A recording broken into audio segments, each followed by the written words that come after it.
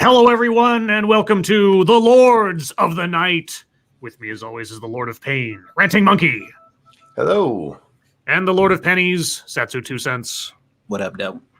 And I'm your host, Scribe, the Lord of Punishment. Hello, chat. Hello, everyone. Hope you're all having a good Friday. You had a good week, and you have a good weekend ahead of you. It's been quite the week for me, having to live in the dark ages for about a day and a half with no internet. But I survived. I know it was rough. I know you all were pulling for me of one form or another. But that's just me. Satsu, how are you doing? Pretty good. Had a fairly productive day. Ate some yummy fucking food, and now I'm chilling with my homies. Yay! And Monkey, how are you doing? I am tired as fuck, man. I haven't slept all night, so. How are you doing here? I got shit to do. We got this, and then we got a game after this, so. Oh, my God. Responsibilities don't stop because I didn't sleep, man. I suppose. Thank you, tall person. Happy National Strawberry Ice Cream Day. Ooh. When was the last time I had strawberry ice cream? I don't recall. But yeah, as for myself, work was a little bit hectic, as it were, but otherwise got through it okay, and then just kind of was a lazy bum for most of the afternoon, kind of, sort of. Worked on some things, but yeah. But I have to say, a little known fact, we have a secret guest tonight. Yeah, maybe. Well, there is someone currently watching the show who you will not see, but is with us, both literally and in spirit. And that is Sister Scribe is watching. Oh.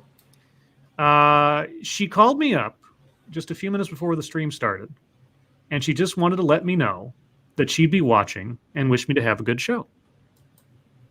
And no dig on her. That's the first time she's ever done that. And it felt really nice. It's not that I thought she didn't care about it prior or something, but it was just very out of the blue. And I really appreciate that. And I appreciate her. And so everybody, if you have the opportunity to, say hello to Sister Scribe, who's watching, at least for the first hour, she said. So we got to make this first hour count. Otherwise, I'm gonna feel like I'm a total and absolute failure. Thank you. This is Kyle. Hello, chat people in Lawton. What game is Monkey and Satsu playing after this? I don't know. Monkey and Satsu, what game are you playing after this? The plan was 7 days because we need to finish perfecting our awesome underground base. Okay. By the way, hi, Sister Scribe. Thank you so much for tuning in tonight, sweetheart. Indeed. I'm sorry your brother basically threw you out there and made you the spotlight, but, you know, whatever. She likes it. The Crusader says, Sister Scribe, is she a nun? Ooh. that would be an interesting avatar if she decides to go with that. If she ever decides to have like a YouTube presence and keep that name, that would be an interesting avatar to have. But nun-like, I don't know. Anyway, Monkey Dick, Jim Jones, movies, video games. Hit that like button if you have not already, and several of you haven't because I don't know, you're just sadistic like that. Maybe a little bit like me. And please share our stuff. Share it far, wide, sideways, and otherwise. Said it before. We'll say it again.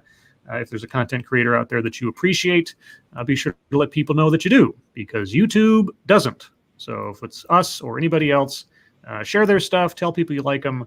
Advertise, because you guys are our best algorithm. Anything else to get into before we get into the schnoz? I like pickles. I do too. Holy shit. Oh, well, show's done. Bye, guys. They're delicious. I like totals. All right. So first point of news from our friends at CNN. U.S. takes back its assertion that Capitol rioters wanted to capture and assassinate officials. Really? I saw this and I was like, am I reading that correctly? Because I've heard nothing but the absolute opposite since day one. So I'm curious to know, A, is this true? And B, is there a twist to this somewhere? Justice Department prosecutors have formally walked back their assertion in a court filing that said Capitol rioters sought to, quote, capture and assassinate elected officials, unquote. A federal prosecutor in Arizona asked a magistrate judge in a hearing on Friday to strike the line in a recent court filing about defendant Jacob Anthony Chansley, a man who is alleged to have led some of the crowd in the first wave into the Capitol with a bullhorn while carrying a spear and wearing a fur headdress. The entire line the prosecutors want to omit from the court filing is, quote, strong evidence, including Chansley's own words and actions at the Capitol, supports that the intent of the Capitol rioters was to capture and assassinate elected officials in the United States government, unquote. The stunning move comes a few hours after the Michael Sherwin. Pardon moi, I'm in the presence of greatness. The Michael Sherwin. Is he a Highlander? Thank you, Chicago Mike. Hi, Sister Scribe. Is it wrong that I got the song Sister Christian stuck in my head now? I was going to sing that earlier, but I didn't want someone to accuse me of being a particular jukebox. I wouldn't do that. No, I you don't think Satsu would. Thank you, Corey Suzuki. Watching in VR with my Oculus headset, it's like a personal movie theater. Oh, dude. What? Yeah, I actually do that quite often on mine. Like a lot of times I watch Netflix if Squishy ain't watching with me. Doing it on the Oculus, you can go into theater mode, and it's like you're in a fucking theater. The screen's huge, and you can watch whatever you want. It's fun. Ow, I feel like I should have something more going on to display than just us sort of sitting here talking if we're going to have like theater watchers. See, I haven't. See, I'm going to have to do that again. I got to figure out if there's a way to get like an animated background going. I don't think there is on StreamYard, at least not yet. I don't know if you can have like a GIF, like an animated GIF as a background. I'd have to check that out. It seems like the video will only take foreground. Yeah. Yeah, and in the video clips have a limited amount of time on them and everything, and they cover up and drown out everything else, so you can't really use those as a background. Maybe that'll be an enhancement at some point. Anyway, the Michael Sherwin, the acting U.S. attorney in Washington, D.C., said at a press conference there was, quote, no direct evidence of kill and capture teams, unquote, at this time in the siege of the Capitol building. In court, Todd Allison, a line prosecutor for the Justice Department in Arizona, said DOJ may want to argue that type of assertion if Chansley goes to trial, but cannot say that at the moment. Quote, we do not want to mislead the court by discussing the strength of any specific evidence, unquote, related to his intent, Allison said. Chansley will remain in jail as he awaits trial, a judge decided on Friday after the Justice Department portrayed him as a particularly belligerent leader among the rioters. Chansley's case eventually will move to the federal court in D.C. The line was a chilling description yet. Maybe the most chilling description yet? Who? Okay. Who wrote this? How many? Okay. It took one person to write this. Caitlin Polantz at CNN. Caitlin, either you don't have an editor or your editor sucks. I don't know what to tell you. Or you're not proofreading your copy, which at CNN seems to be par for the course. Okay, let's try that again. The line was a chilling description yet of rioters who seized the Capitol last week, writing in a court filing that the intention was, quote, to capture and assassinate elected officials.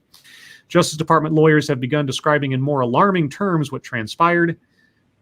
You're not going to tell us what those terms are? Okay. In a separate case, prosecutors in Texas court. In Texas, there's one? Okay. All right.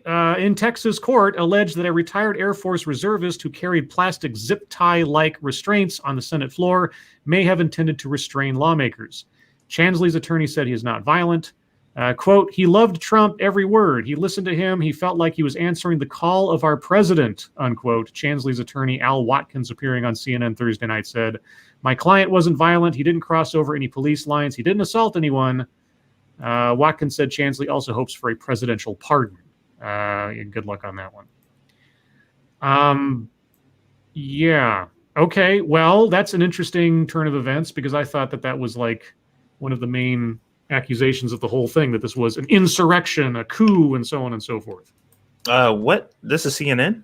Right? Mm-hmm. Okay. Yep. Huh. So this isn't like some unknown publication. Now, granted, it's still CNN, but Yeah, that was an interesting. It was a breaking news earlier, and then they kind of started moving lower and lower on the front page as time went on. But I caught it, and I was like, "That's really interesting." Now, admittedly, this only counts towards this one guy's case so far. But if someone is prominent in the whole shebang as this guy gets that line struck from his filing, I don't know how easy it's going to be to prove it elsewise for anyone else. Well, I don't know. I had to ask because, like, that seems like a narrative that CNN would not want to or like to be pushed. And there didn't seem to be any interference ran during that. They just kind of told what happened, which is, like I said, unusual. Almost like journalism or something. Yeah, it's weird. Except for the editing problems. But okay, well, anyway, so yeah, I wanted to bring that one up first because I found that so...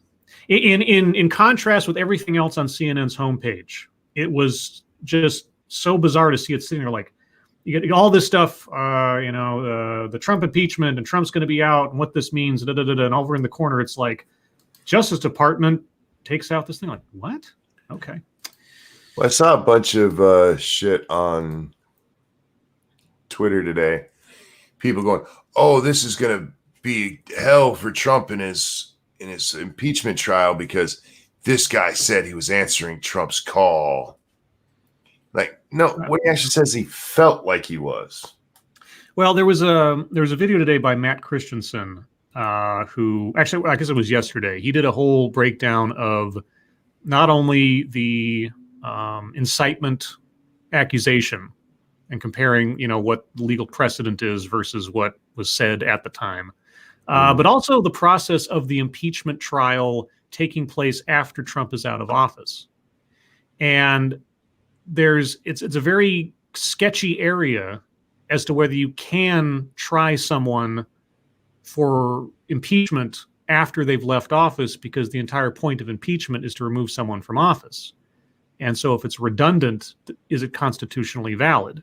Mm-hmm. The other question is, apparently, because of the language in the law, even if the Senate does not convict Trump, the language in the Constitution apparently still allows the Senate to levy a punishment, even in the absence. Now, again, it's a very fuzzy area depending on how you interpret the ruling, the language, and the precedent.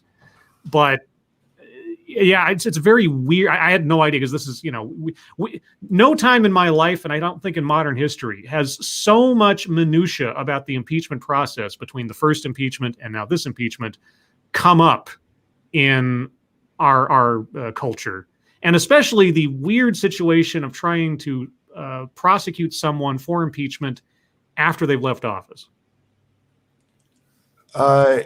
I think Matt has misread what the Constitution says. Okay. I'm trying to find the exact place where it is in here. Okay. But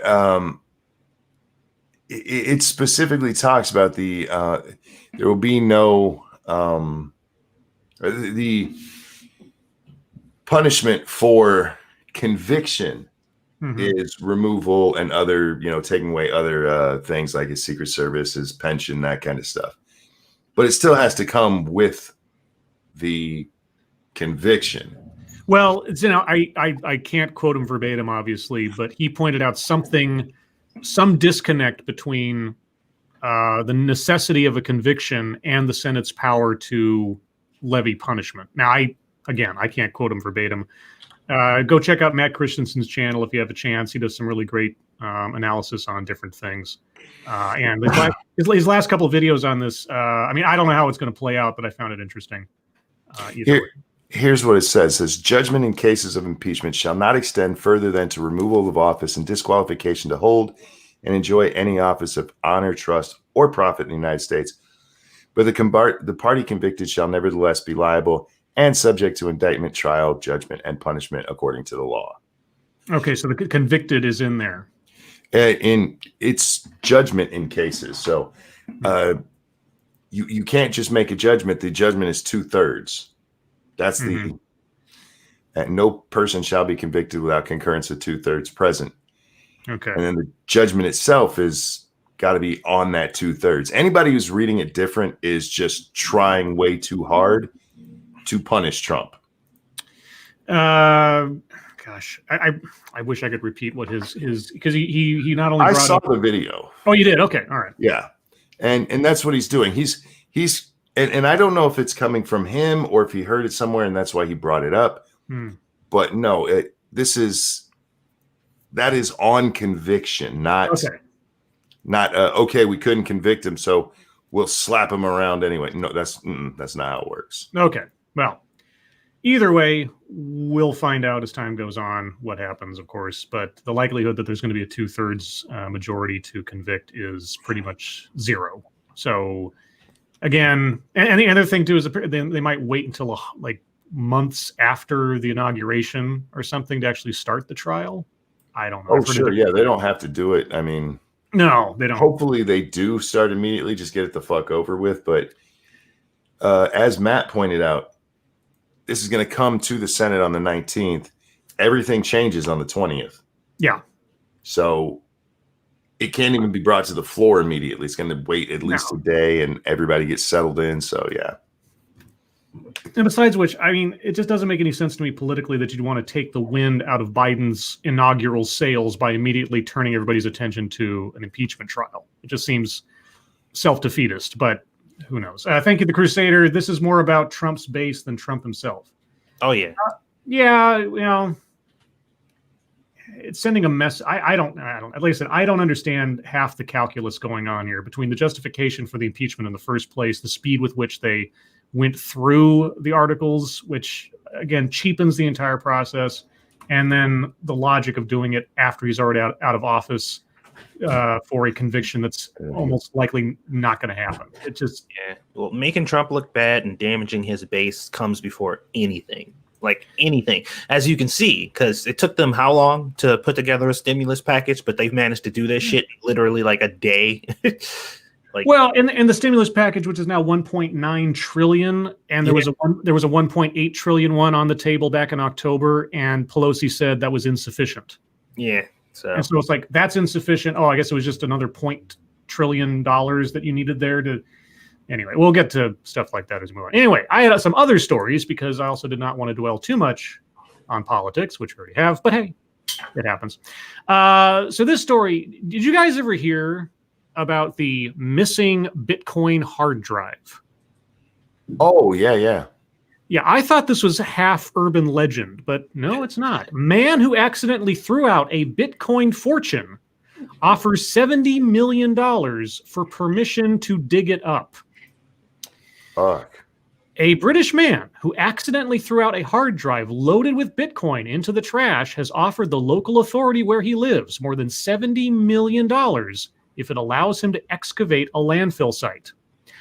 IT worker James Howells got rid of the drive, which held a digital store of 7,500 Bitcoins between June and August of 2013. He had originally mined the virtual currency 4 years earlier when it was of little value. But when the cryptocurrency shot up in value and he went in search of it, he discovered that he had mistakenly thrown the hard drive out with the trash. Now, with his lost Bitcoin having soared even further, Howells has approached Newport City Council in Wales to ask for permission to dig a specific section of the landfill site where he believes the hard drive ended up.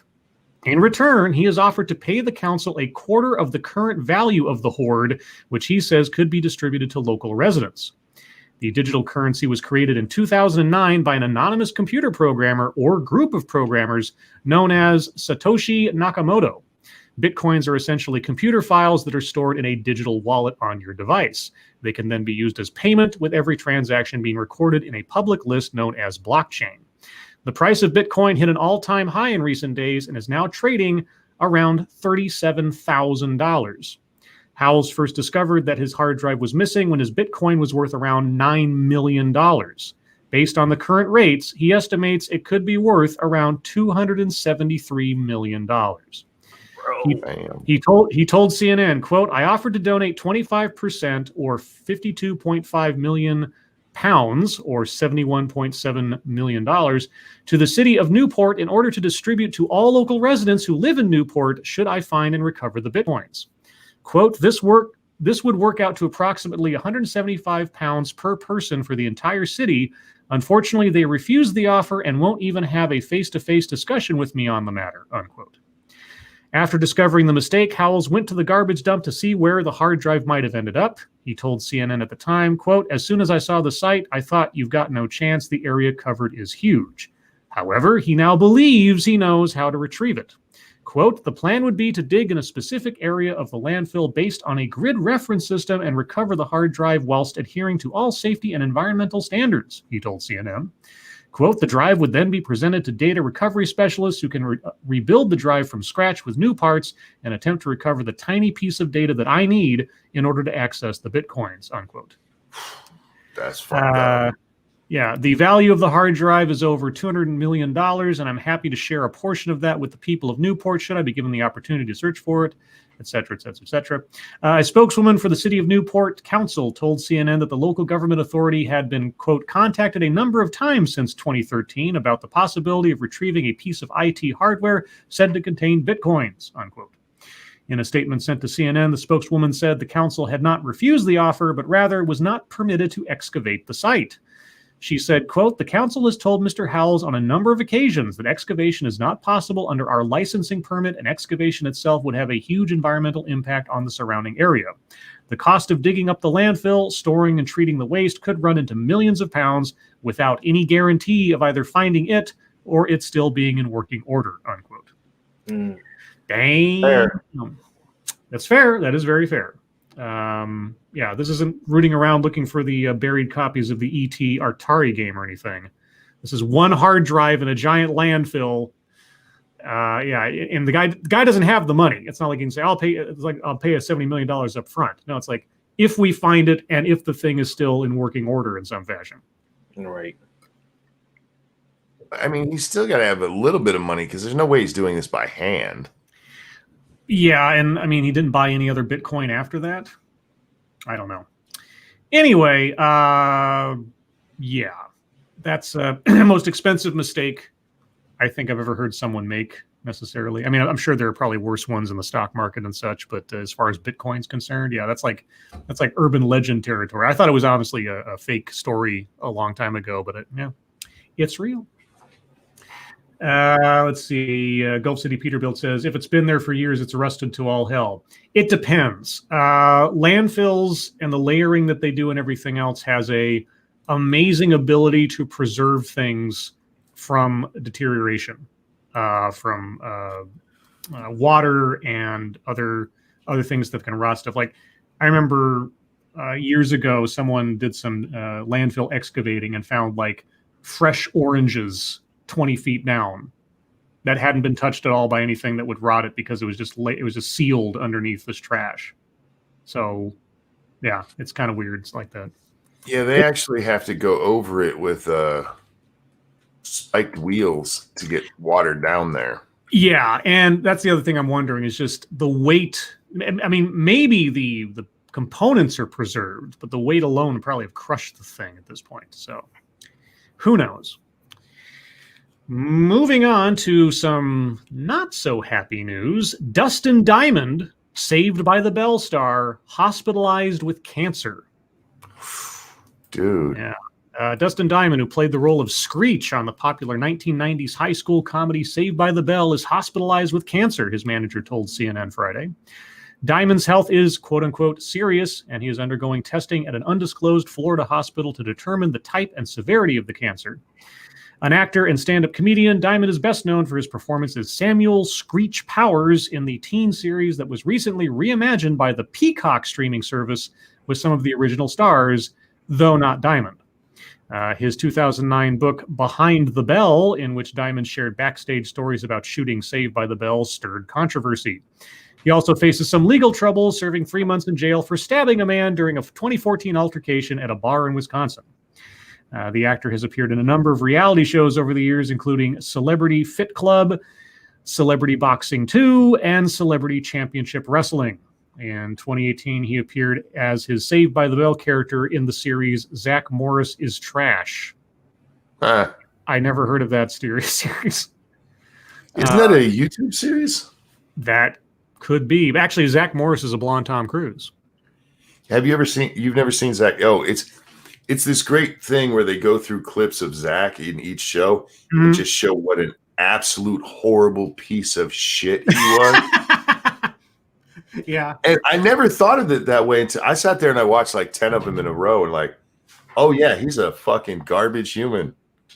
Yeah, there's like that's like that series of online where they look up old like Superman comic book covers and just says like Superman is an asshole or something. And it just says these weird comic book covers where Superman's just being a jerk to people. And it's very, very odd. They're real comic book covers, and it's bizarre. Logic says he only knows it exists because of me. Yeah, I fucking loved it. It's great, but yeah. I gotta look that up. I saw the preview or the promo for the new Saved by the Bell show. And it was so bad. I mean, nothing about it looked even either funny or made me feel even remotely nostalgic for anything having to do with that show. You can't recreate that cheese. That was just something that was wonderful that happened. Trivia question. What was the name of Saved by the Bell before it was Saved by the Bell? Oh, it's named after the teacher, wasn't it? Yep. I forget the teacher's name. It was Good Morning Miss Bliss, starring Haley Mills from the Parent Trap original movie. I only know that because, well, I think the show... See, I keep having this memory, and I might be wrong. I think the show under that name first showed up on like the Disney Channel way back in the day. And then it got bought up by ABC or something, or NBC. And that's how I remember it from the beginning. Because we used to have the Disney Channel in my house when I was a kid. Oh, well, let's end off on a culinary story in honor of Satsu, our resident, not chef. What would you call yourself, Satsu? I guess chef is too official. A home cook, I guess. A home cook? Isn't there like some kind of like tiered grade of cook person stuff in the kitchen where like chef is like at the top or something? It's like executive chef and sous chef and right. And all that shit. Okay. I don't really know the hierarchy specifically because I've never worked in an actual kitchen. So okay. Thank you, Piccolo, the Driving Ape Man. Linked it in chat for you, Scribe. Thank you, Piccolo. I will click on that now and save that shit is funny as hell. Later. Okay, I've got that there. All right. So here's the cooking story.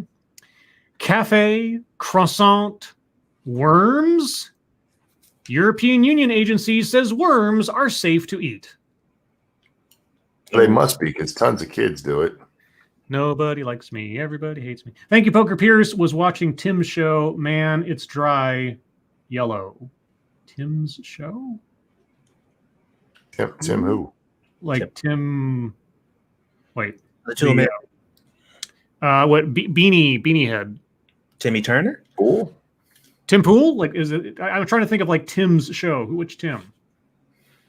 Because the only Tim I ever hear about is Tim Pool. Tim Pool. Okay, was watching Tim Pool's show. Man, it's dry. Yellow? Okay. I don't understand. I must be a boomer. I don't get the code words. If Kiefer says Tim Wise. If Tim Wise has his own show, oh boy, that's just got to be a riot. Oh. Anyway, the vaunted Mediterranean diet and French gastronomy are getting some competition. The European Union's Food Safety Agency says worms are safe to eat. The Parma-based agency published a scientific opinion Wednesday on the safety of dried yellow mealworms. Poker, are you psychic or something? And gave them a thumbs up. Researchers said the worms, either eaten whole or in powdered form, are a protein-rich snack or ingredient for other foods. Oh, Poker Pierce says, like hello, but yellow. Okay. I don't know if there was code for something. I don't know what's going on. I'm oblivious to what's going on. That's why I see a new series for you on your channel. Oh, yeah. Worm cooking. Mealworming. Oh, mealworms. That's great. Yeah, mealworms. Allergic reactions may occur, especially depending on the type of feed given to the bugs. They're not bugs. Whoever wrote this, they're not bugs. But anyway, known officially as Tenebrio molitor larva. But overall, quote, the panel concludes that the novel food is safe under the proposed uses and use levels, unquote. Thus, the European Union has now thrown its weight behind worms in much the same way the United Nations has. Okay, the UN's Food and Agricultural Organization in 2013 championed edible bugs as a low-fat, high-protein food for people, pets, and livestock that are good for the environment and help feed the hungry. The closest I've ever gotten is one time long ago in elementary school, someone brought chocolate-covered crickets or grasshoppers to class, and I had one. That's the closest I've ever gotten to eating something that you wouldn't otherwise eat. So an insect. Never eaten a worm. Not even as a kid do I recall eating a worm. So I knew a kid who ate bunches of them. yeah. I never tried one myself, but he seemed happy. EU. That's all I gotta say. EU. He was also Not EU. Oh, sorry, what? He was also fat. Well, you'd think the worms would like eat all the extra stuff out of his stomach for him. I'm just saying it might not be as healthy as they're telling you. That's probably true. All right. Well, guys, we're going to move on to the wonderful world of MSS News. So if you have news stories you'd like us to read on the air, please send them to us via Twitter using the hashtag MSS News. Can't promise we'll get to them all, but that's because Twitter doesn't want to take the letters I'm typing into it. There you go. All right. Now, before you move on, I just want to say I appreciate you two gentlemen. Why? In what way? Just your friendship and this show. Satsu and I are immediately suspicious. I noticed that. Like, I'm what nice, do you y'all mean? like, what the fuck? Damn. I'm feeling a little less appreciative. I just love that Satsu and I's reaction is like, what's going on? I just had this thought. We only ever do that, at like New Year's or, something like that. I appreciate you, gentlemen, and I wanted you to know. Well, that's good because I appreciate you, gentlemen, too. For completely separate reasons, I was thinking similar lines about this today, and I am, since we're bringing it up, I am very appreciative that I've found friends like you that I just feel like, you know how you go into certain situations, social or otherwise, and you kind of feel like you have to put on a show or put on a face or something, or sort of assume a different kind of exterior for stuff. Right. I know what you mean, but no. Well, okay. Well, Monkey is just. I understand it though. Yeah, you understand the concept. Okay. Well, anyway, what I was getting at. Scribe, hold on. Yeah. I knew what you were saying, but I came out openly black today, so I can't do it anymore. That's right. Oh, you confessed. Oh, that's right. Anyway. Now that it's all been torpedoed, the sort of the comfort I feel just coming on here and not feeling like I have to put on a filter or a mask or something. Or I mean, I understand that we're all here sort of as entertainers to a certain extent, and so maybe subconsciously there's some kind of embellishment or something, but I don't feel like I have to prove anything to you or to the audience or anything like that. It's just a very comfortable feeling, and I don't generally get that with a lot of people because I got my own neuroses, as it were. So I'm very appreciative of the fact that this just feels like home after a fashion. So, yeah, real chill, man. That being said, thank you, Pakal, the Driving Ape Man. Don't start singing Kumbaya. Instead, sing to Omegon.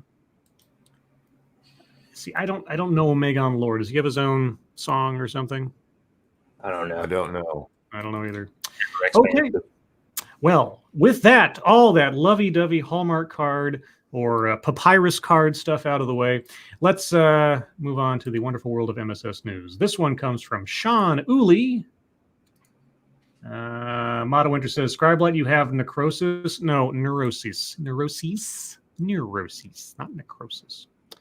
AOC thinks Biden's COVID-19 relief proposal doesn't do enough. Really? Okay. I don't believe this story because it said AOC and think in the same thing. Oh. Representative Alexandria Ocasio-Cortez assailed President-elect Joe Biden's coronavirus economic recovery plan, saying the $1,400 checks he proposes for most Americans are not enough. The New York Democrat pushed for a round of $2,000 payments, meaning Americans would receive $2,600 since Congress doled out $600 checks in December. AOC told the Washington Post, quote, $2,000 means $2,000. $2,000 does not mean $1,400. Okay, now we talked about last night, and there is some reason to, accept the fact that there's confusion about what people have meant when they said $2,000, $2,000. It's not $2,000. It's $2,000 aggregate. It's not $2,000 in addition to. Picala Driving 8 Man, Omegon's 35th birthday today. Oh, that's what you mean, sing to Omegon. Oh, nice. I see. Okay, I misunderstood. Okay, we'll get to that in just a second. We'll sing to Omegon after the story. So in AOC's case, I don't hold it against her if she also feels like that messaging was screwed up. Yeah, I've come to the conclusion that it is absolutely safe to assume, and you probably should have assumed, that what he meant was the $1,400 on top of it. Yeah. But because they refused to change their rhetoric and they wanted to keep pushing the $2,000 number because that sounded higher than $1,400, I'm just like, well, they kind of did this to themselves. So what are you going to do about it? My problem with it is that I told you guys yesterday, I can see how people were confused. Yeah. I wouldn't, not AOC. No, there's no way. Okay. One of her little squad mates was the one who immediately, when Trump said $2,000, ran out and wrote a bill. She didn't write a bill for $2,600. It was for $2,000. They knew damn well what it meant. All right. Let's see. Quote, unemployment benefits should be retroactive too, the squad member later said in a tweet, in addition to the $400 a week that Biden included in his proposal, which also expanded from $500 to $1,500 the earned income tax credit, Fox News reported. Fellow Democratic squad member Representative Ilhan Omar of Minnesota also chimed in, saying in a tweet that, quote, $600 wasn't enough, unquote. Quote, the American people are struggling to make ends meet and need relief. We must immediately pass $2,000 survival checks, she wrote. Yeah, I really wish all this enthusiasm had been taking place back in, June, maybe, when everything ended the first time around and people were still suffering, and then you guys just sat on your hands for 6 months. Yeah, anyway. Yeah. There was somebody I was talking to who had trouble really kind of understanding what I was trying to convey when I said what I just said to you guys about it. Mm-hmm. But I told them, it's just like, okay, somebody at your job or your boss or whatever is giving out bonuses. And he's like, I think you guys should have a $2,000 bonus.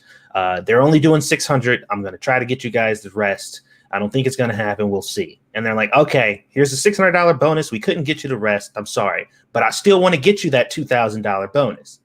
From that point, we're talking about a completely different check. He's like, I'm going to get you that $2,000. You're going to get that $2,000. You deserve that $2,000. And then when you get the check, he's like, here's your $2,000. And it's $1,400. You're like, wait, hold on. Yeah. He's like, oh, you didn't assume that I meant the rest of it? It's like, no, I didn't, because that's not what, that ain't what you said.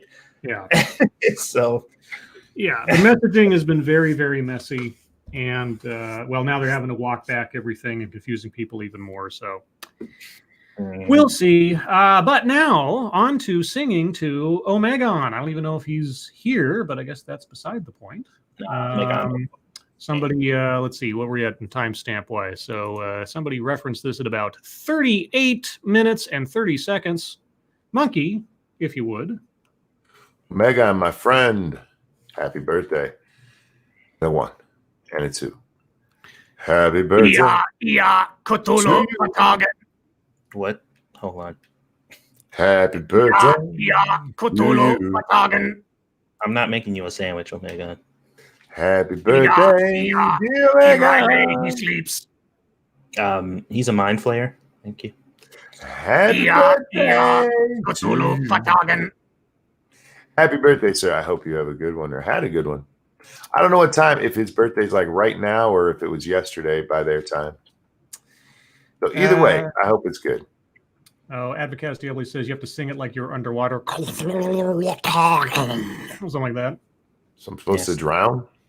No, it's supposed to be like it should be like deep ones chanting from under the seas from the esoteric order of Dagon, that kind of thing. I'm fairly certain if I sang underwater, I would drown.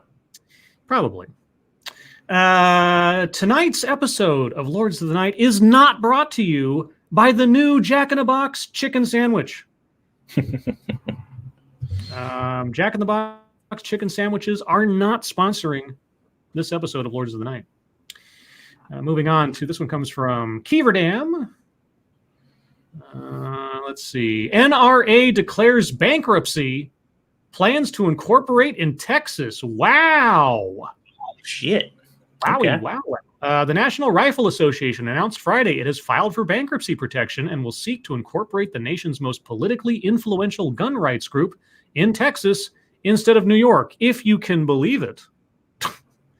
The announcement came months after New York's Attorney General sued the organization over claims that top executives illegally diverted tens of millions of dollars for lavish personal trips, no-show contracts for associates, and other questionable expenditures.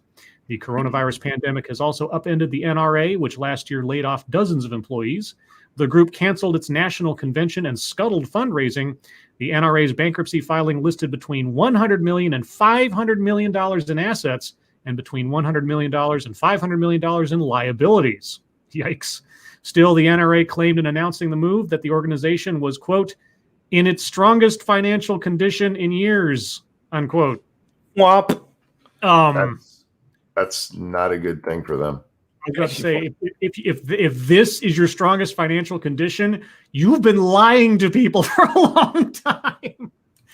The NRA filed for Chapter 11 bankruptcy in federal court in Dallas and said it planned to incorporate in Texas, where records show it formed a limited liability corporation, Seagert LLC.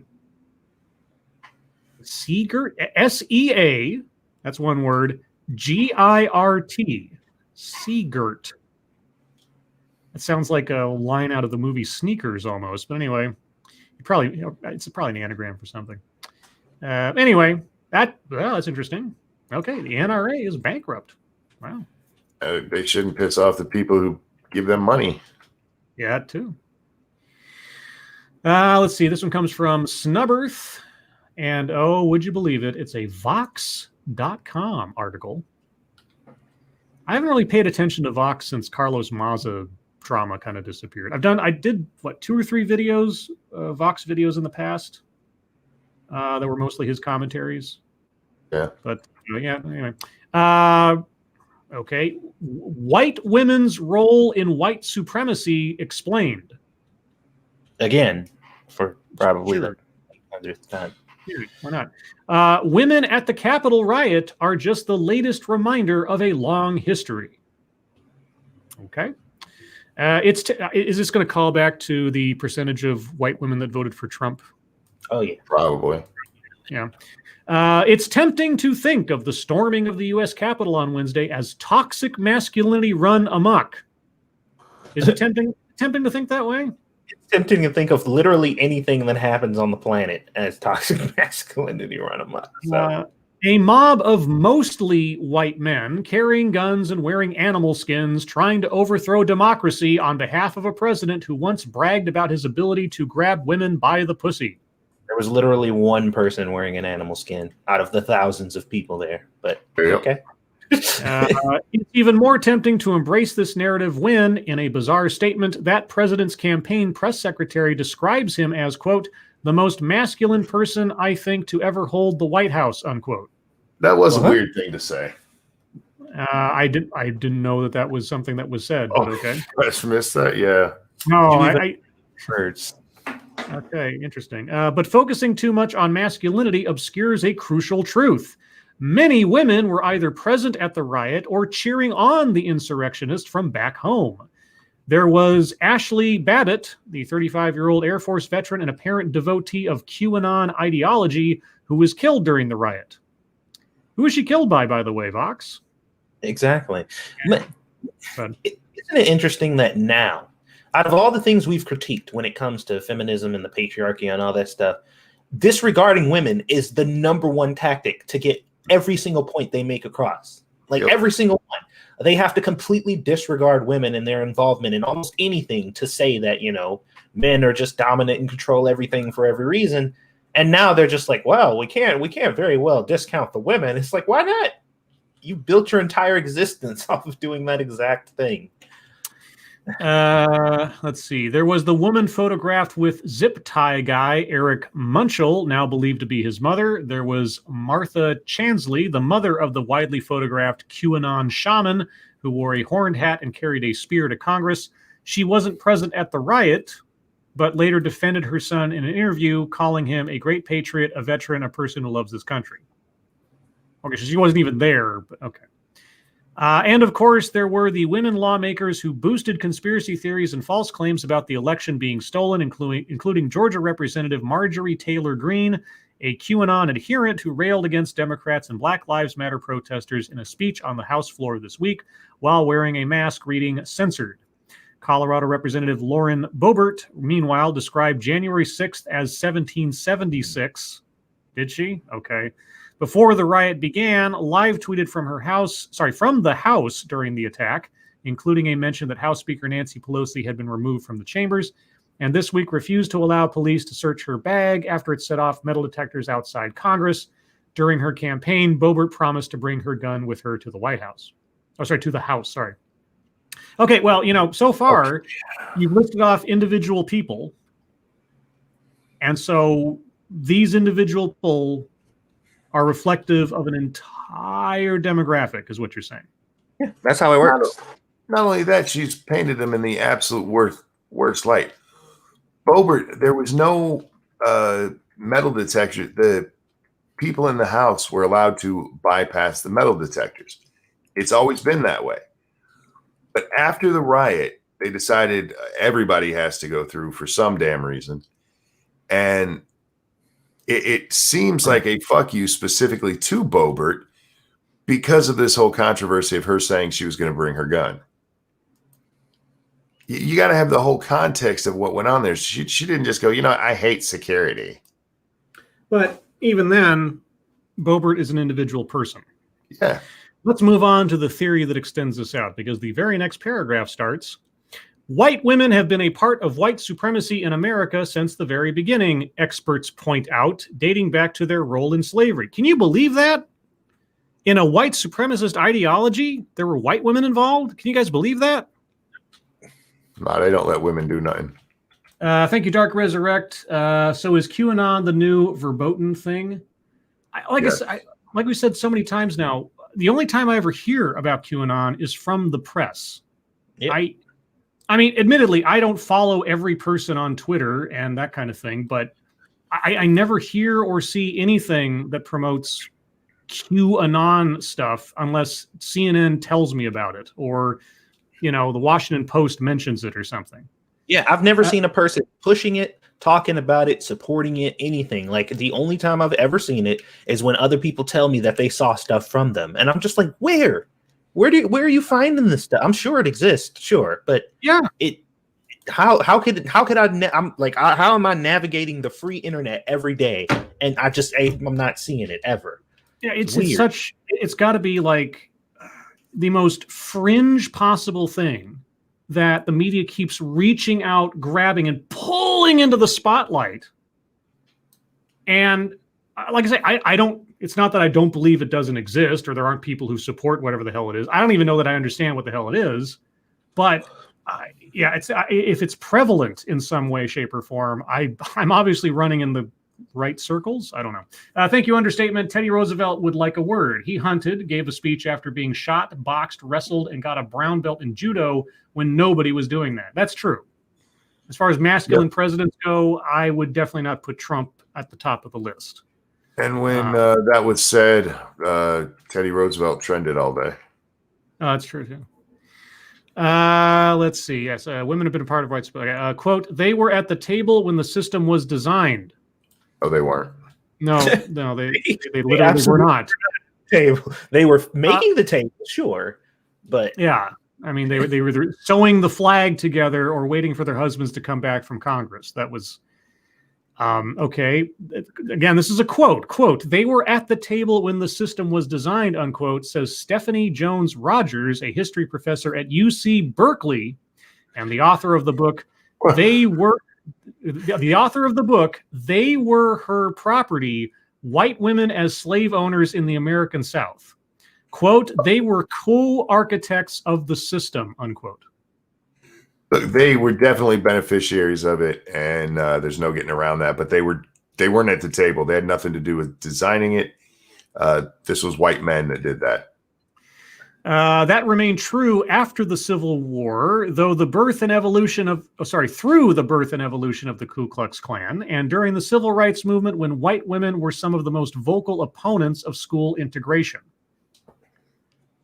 Because they were the primary ones in their school. Like, men had very little to do with that. They were the ones going to the schools. They were at the fucking PTA meetings. They were the ones dressing their kids for school. They were the ones talking to the teachers. So why wouldn't they be?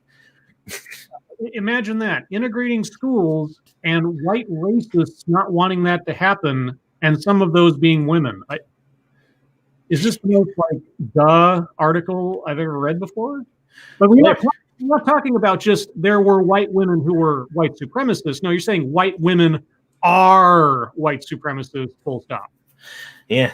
Interestingly enough, we have a bunch of people of all colors who have a serious problem with the integration of schools in classrooms. Isn't that right, Scribbles? Oh, Lord. Uh-huh. And it's okay now. I've done a few videos on affinity groups in public schools and stuff. Anyway, and it remains true today when women hold a key role in spreading QAnon ideology. CNN holds a key role in spreading QAnon ideology. I haven't. Good Lord. Thank you, Drew W. Like leftist icon Margaret Sanger. Oh, yeah. Yeah. Oh, boy. CNN is their major they are like the major advertisement for QAnon. Nobody fucking promotes QAnon more than CNN, whether they called it promotion or not. Yeah, like I say, maybe I'm not following the right people on Twitter or something, but it's always a major media outlet that tells me anything that they either exist or they're doing anything or what they supposedly think. It's just bizarre. Let's see. Quote, like other parts of our economy and society, these movements would collapse without their labor, unquote, says Sayward Darby, author of Sisters in Hate, American Women on the Front Lines of White Nationalism. Wow. Does that include white women? So are you telling me that two experts who have books to sell on this subject are telling you that this is the truth of things? Okay. And if we ignore the importance of women in the Capitol riot and the groups that backed and enabled it, we can't understand white supremacy in America, let alone dismantle it. Trying to fight racism in America without looking at white women, Jones Rogers said, is like, quote, addressing only the right side of the body when the left side is still sick, unquote. So you're going to convict an entire demographic of people based primarily on their race and their gender of being bad people inherently because of their race and their gender, and you want to fight racism. Yes. Yep.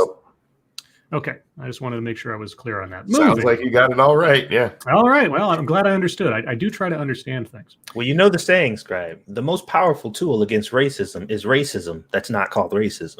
Right. Yeah. Let's see. This one comes from Camilla. Wasn't there like a book, a vampire story that was just called Camilla, or a movie or something? Camilla was the vampire. I don't know. Maybe. Anyway, or was it So somebody in the chat is going to correct me on that. Anyway, New Jersey government drains Jim's bank account over COVID-19 rule breaking despite ongoing legal appeal. That is a long headline. Okay. Thank you, Drew W. Sounds like they're pushing Handmaid's Society. A little bit, doesn't it? People are just crazy about that whole Handmaid's Tale scenario. Yeah. Dressing up like him and everything, cosplaying. The owners of Attilis Gym in Belmar, New Jersey, had their bank account unexpectedly drained even while pursuing their legal appeals against a growing stack of fines levied by the state for alleged violation of COVID-19 rules. New Jersey Governor Phil Murphy, quote, took it upon himself to empty our bank account entirely to the tune of $165,000, unquote. Damn. Gym owner Ian Smith claimed in a Wednesday Instagram post. The confiscation took place, quote, without warning and without permission, unquote, despite both parties being 8 months into a bitter legal battle over state COVID-19 restrictions, including a lawsuit against the governor, he added. The gym owner accused the governor, quote, and his cronies of effectively and intentionally interfering with our right to counsel in a Twitter, unquote, in a Twitter post, noting that the sum taken represented, quote, 100% of the gym's legal defense money, unquote. In addition to several charges filed against Attilis Gym in July, when its owners were arrested for defying a court order to shut down their business, the gym has been hit with additional fines of $15,497.76 since November for every day it remains open to its members without enforcing a mask mandate. However, the owners have appealed all financial judgments against their establishment. Smith pointed out that he has challenged not only the daily fines, but some, quote, 80 municipal and criminal charges against us, ongoing litigation in the case of the revocation of our business license without due process, and the unconstitutional health department shutdown that was placed upon us in the first place, unquote. When Murphy ordered the state's gyms to close back in March, Smith and his business partner, Frank Trombetti, took their case to court, arguing they should be permitted to stay open as long as they maintain strict sanitary and social distancing protocols. The pair sued both Murphy and the state health commissioner, Judith Persichelli, I'm probably mispronouncing that, vowing that, quote, no governor or no government official will ever wield such excessive powers ever again, unquote. Yeah, good luck with that one. Smith personally served Murphy with a recall petition at his office in December in an effort to force the Democrat out of office. The gym has not been charging members to work out since April, and all of the money in the account came from donations and apparel sales, according to Smith's Instagram post. He added that the gym has seen 105,000 visitors since the pandemic began, and not a single reported case of COVID-19. While New Jersey has since permitted gyms to open, provided they follow the state's COVID-19 regulations, Attilis does not require its patrons to wear masks while exercising. So just taking the money out of their account. That sounds like some illegal bullshit. That sounds like theft to me. And I don't know what the laws are in New Jersey about, seizing property and or funds or something, but that, quote, the state has obtained judgments against the owners and intends to collect on them, unquote, in the amount of $134,463.08. A spokesperson explained to Fox News, arguing that the $165,000 in frozen assets had been seized as the result of a bank levy in the course of the enforcement of a judicial order against the gym owners.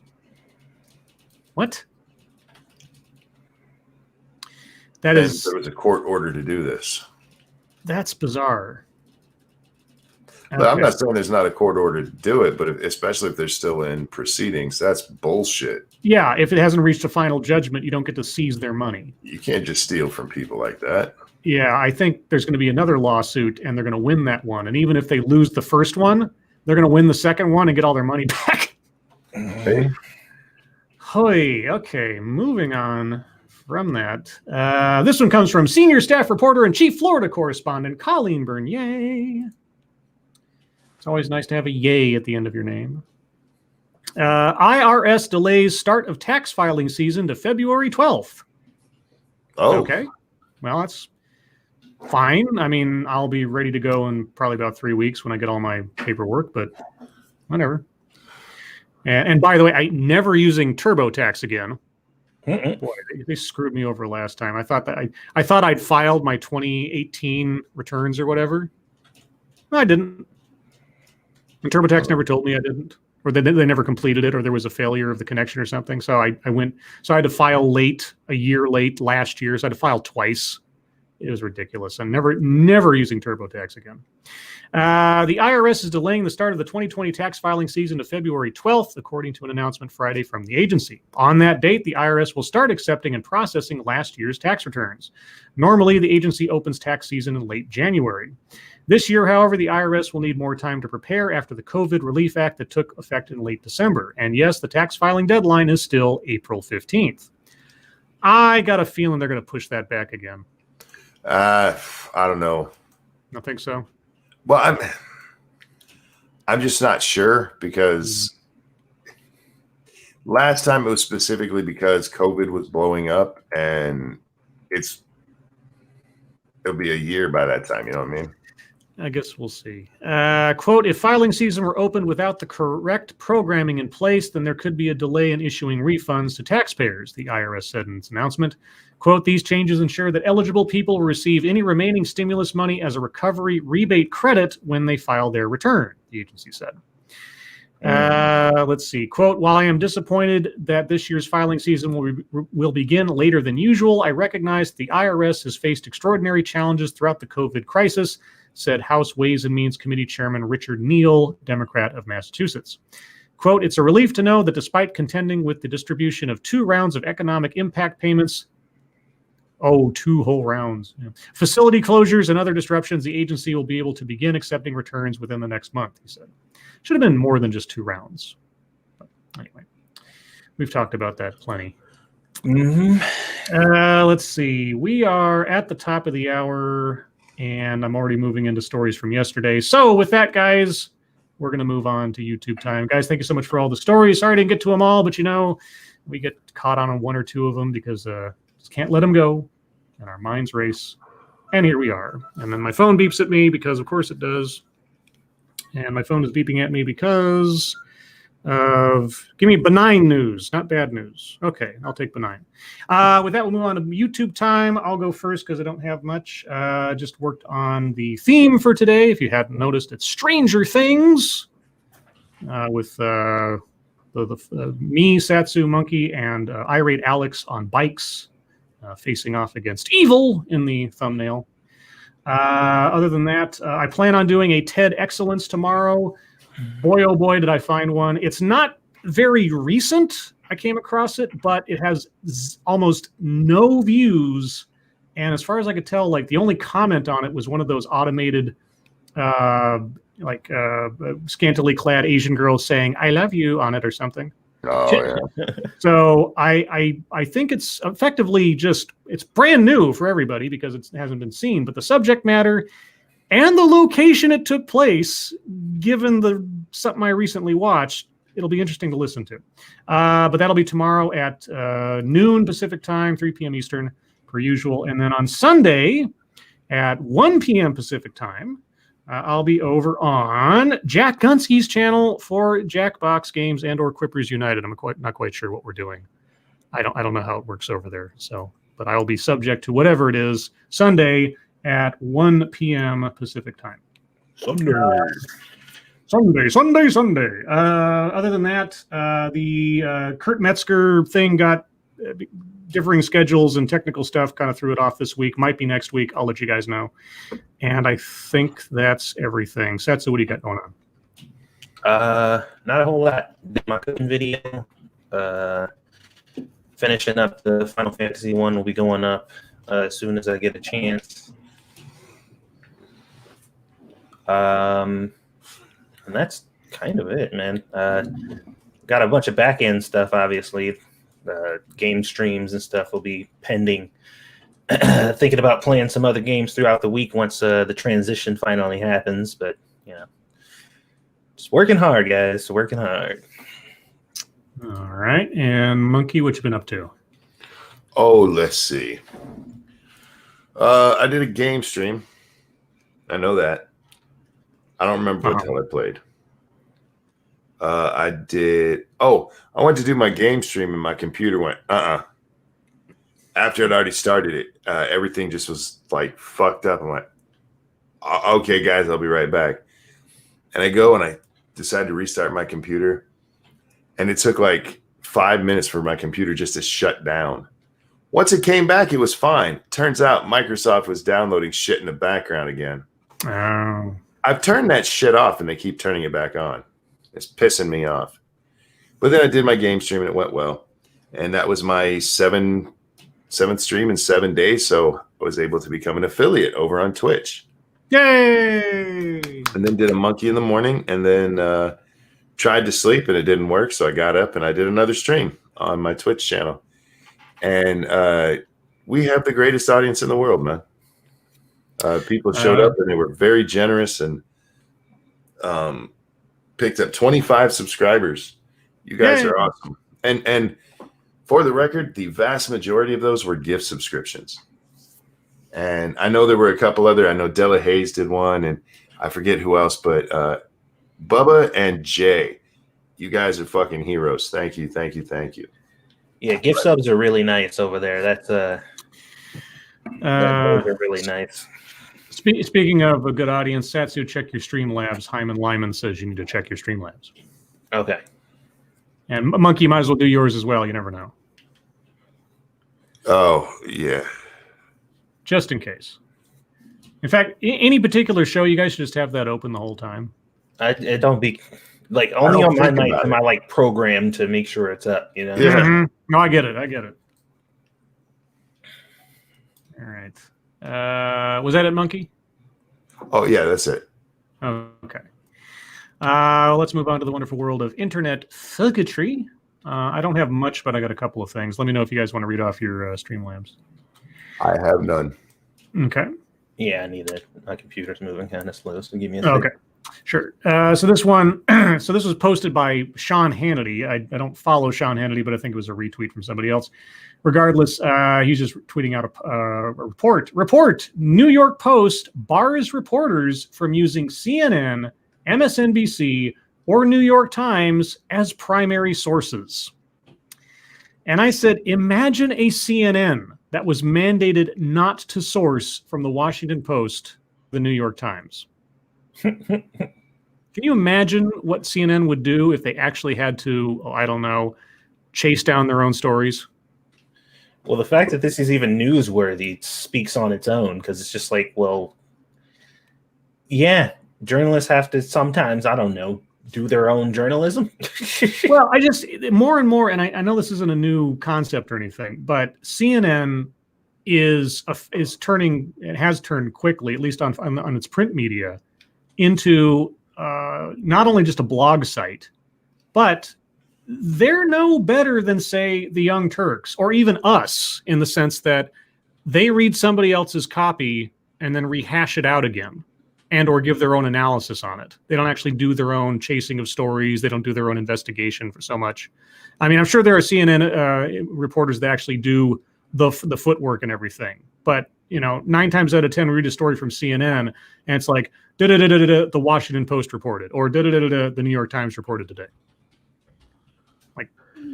So imagine a world where media outlets actually had to do their own work. Thank you, Pacala Driving 8 Man. Looks like Minds is up next in Censor Roulette. I saw that. Yeah, there's a lot of articles being posted about how Minds is the alternate to Parler now, or it's the home of white supremacist skinhead Nazis or something. Yeah. Okay, I checked my first Streamlabs and there was nothing, so I'm gonna pop over to the second one real quick. All right. Because let's see. Multiple Streamlabs for reasons unknown. The other one I had was People Magazine tweeted this out today.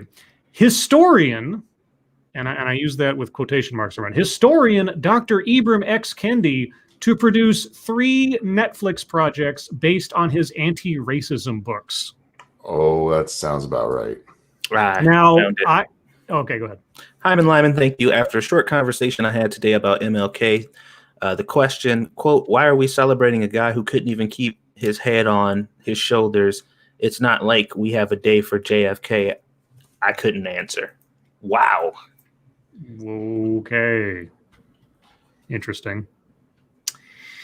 Anyway, so yeah, there's going to be 3 documentaries or something based on his books. And I have a feeling I'm going to do reviews of each one of these things. I will sit and watch each one and do a stream. I obviously can't do like a TEDx where I stream it or something, because I'd probably get zapped real quick by Netflix. But doing a documentaries you don't have to watch because I did or something. So, I'll be really interested to see the one on the only one of his works that I have any sort of passing familiarity with is How to Be Anti-Racist. And when he was questioned over and over again to define what anti-racism is, and he gave like all these nebulous answers, and finally on like the 3rd try, he finally said something that was concise, because it's a word, it's a concept. You should be able to give a 1-sentence definition, wherein being racist is denial, being anti-racist is confession. And thank you, Hyman. I don't know if I said thank you for that Yeah. donation, but I appreciate you. So, other than that, I think that's all I've got. Satsu, what do you got? We're talking fucketry. Yes. Well, I thought that the conversation between the $2,000 and $1,400 thing would have died down a bit, but some very prominent Dems and blue check marks are really pressing the issue. And I'm thinking the tactic here is to utilize shame tactics and as much as they can to try to force it. Because they have this impression because of what the media has kind of put forth and told people about, Democrats and how they are, they're inherently charitable and just better than everybody else. They 100% care about your well-being, and those other people are the monsters. So they're thinking like, yeah, if we just keep pressing it, guys, we can make them do it. And I'm just like, you gonna learn today. Because it ain't happening. I mean, it's just, I don't know what would need to transpire for them to feel like they could force Biden's hand to make this happen. Because I'm just like, he don't have to do it. Like, the media is going to run interference and they're going to play on his side anyway. So even if they have to alienate a couple of you guys, they're not, like, they're on this train for a while now. Like, it ain't happening. So while you're running around saying that the narrative's one thing, the media is going to be running full interference saying that it was absolutely the opposite. So you can't shame him that way because the media's got his back. So, I mean, like, what else? I don't know if this is worth the effort, I guess. But then again, somebody actually brought up, they was like, but like, what's the downside though? The only downside is you would just end up getting 1,400 instead of the 2,000. Yeah. So why not try? And I'm like, I mean, that's not invalid. So I'm rooting them on. I'm like, fuck it. If you somehow manage to push this and everybody gets more money, that includes me, and I like money. So good luck to you, but I don't think it's gonna happen. The real question is, setting aside the 1,400 thing, which we agree could be just bad messaging, holding Biden to all of his other promises prior to all this. Right. Exactly. That's going to be the real interesting thing. Is the 1,400 thing? Yeah, you could give, like we talked about, the messaging might have just been off, and they always meant 1,400. But that's one thing. It's all the other stuff that was promised before the election. We'll see if that happens. Now, that being said, I'm glad you brought that up. This could be a distraction from all of the other promises that he claimed to have made, and or that he was supposed to have made and didn't. They could be like, we need to laser focus on this so people can keep talking about this because it more directly involves them, and that'll keep us from having them look at this thing that's going on over there. That's a more cynical way to look at it, but it's very possible. So I don't know. I've just been kind of observing, and I don't know where I got this hidden self-control from, but most of the time I'm just like, you fucking idiot. I'm going to comment on this. I'll type it and then just delete it. Cause I'm like, okay, I typed it.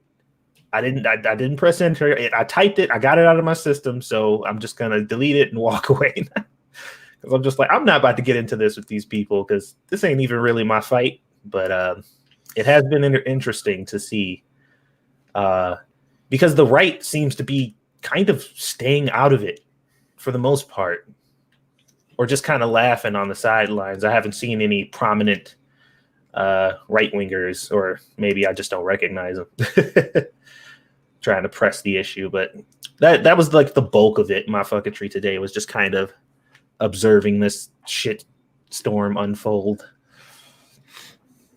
All right. Monkey, what do you got? Oh, I don't know if I have very much. Eric Swalwell tweeted out that he is honored and excited to rejoin the active service on the Homeland Committee there in the House. Okay. The national security risk on 2 feet. Okay. All right. And there were so many people. Oh, it's so great to finally have good people in there. He's being re-put on there. It's not like, oh God, I fucking hate these people. They have no idea how Congress works. The House, the part that Eric here's a part of, actually went more Republican, you stupid motherfuckers. Eric was already on this. They just let him stay on it. And it is really weird with the stories that came out about the Chinese being very interested in getting him into a position of power. Why? This guy should not even be on a party planning committee. They should be like, Eric, go stand in that corner. We'll tell you when it's time to vote. That's all he should do. Let's see. Just in, the incoming Biden administration will retire the Operation Warp Speed name for its push to vaccinate Americans for the coronavirus. Incoming White House Press Secretary Jen Psaki. I wonder why. Changing the name will change everything. Well, it is odd to me that they're changing the name of that. It's not going to make anything any different. We all know that. The only thing it does is remove the reminder that Trump got that done faster than any of them thought it would. And he didn't do it. He just gave a bunch of money to people to go do it. But they were like, this will never happen. Now they'll probably change it to something like Biden cures COVID. Don't care about that one. Don't care about that one. It'll be an Operation Get Well Soon. Yeah. There'll be Operation Ludicrous Speed. Newsweek put out this article. COVID lockdowns have no clear benefit versus other voluntary measures, international study shows. What? Excuse me? Really? International study? Well, who conducted this study? It's obviously some right-wing think tank, right? Let's see. Who did it? The European Journal of Clinical Investigation. It was a peer-reviewed study released on January 5th, analyzed coronavirus case growth in 10 countries in early 2020. Okay, well, peer-reviewed doesn't mean... Sorry, go ahead. Sorry. And they found no meaningful change to lockdown or not lockdown. Okay. And this is from recent data they collected from... European Journal of what? Oh, I closed it. Hang on, let me bring it back. It's the European Journal of Clinical Investigation. Clinical investigation. Okay. And the only reason I was saying is that a peer review doesn't mean much to me anymore after all those projects where they sent papers in that were nonsense and they got peer reviewed. Let's see. So what is this organization?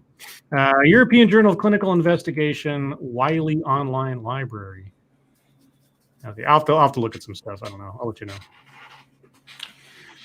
But it just made me once again want to remind everybody the idea for lockdown came from a 15-year-old girl's. I used to say 14 because that's what it was in the article I saw, but I saw another one that says 15. A 15-year-old girl's science project. And the girl part doesn't matter, but she's 15.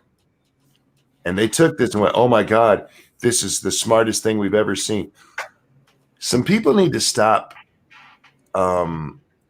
deifying little girls. It's weird. Well, deifying children.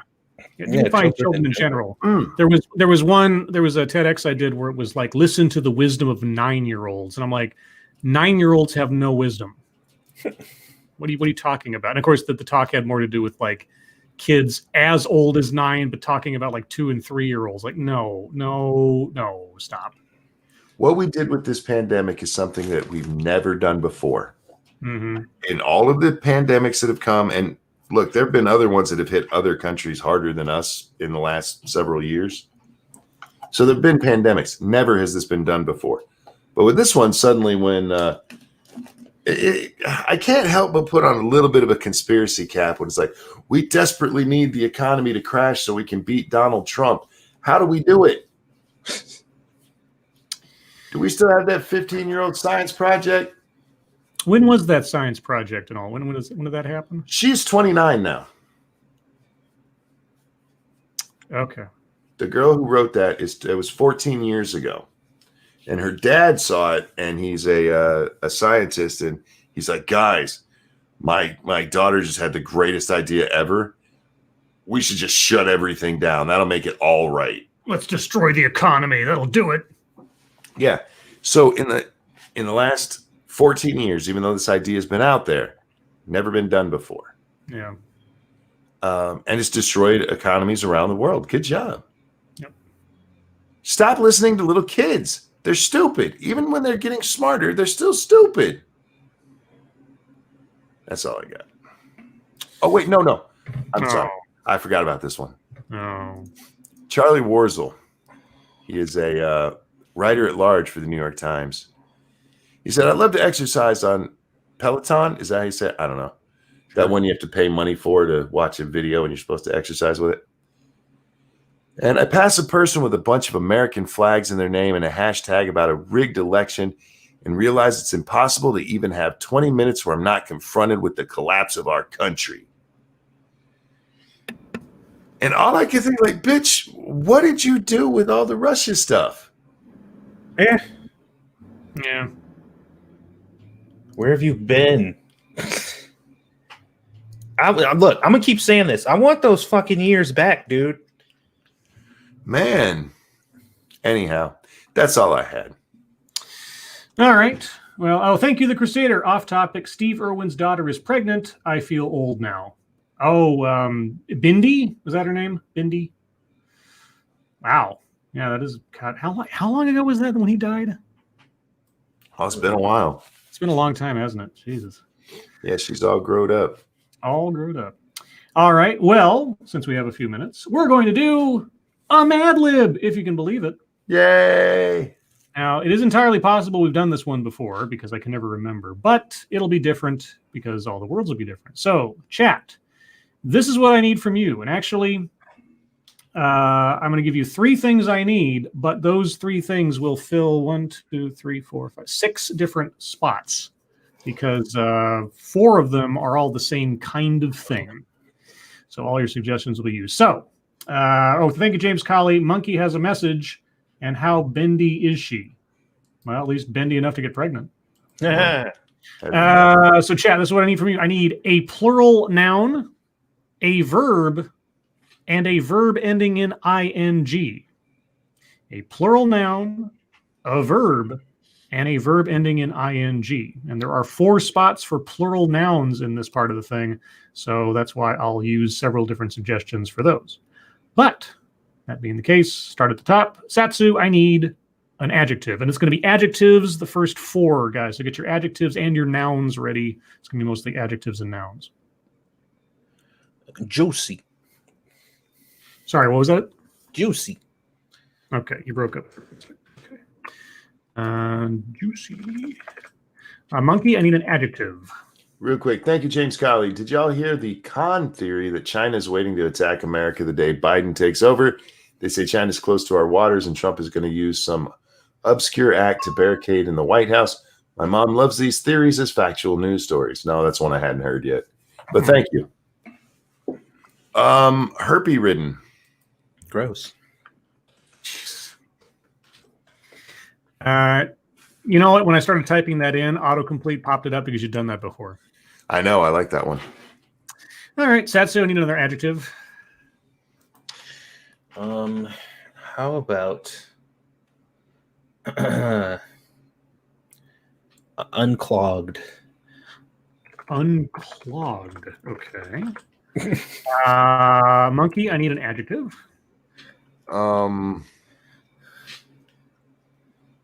Oozing. Oozing. Good Lord.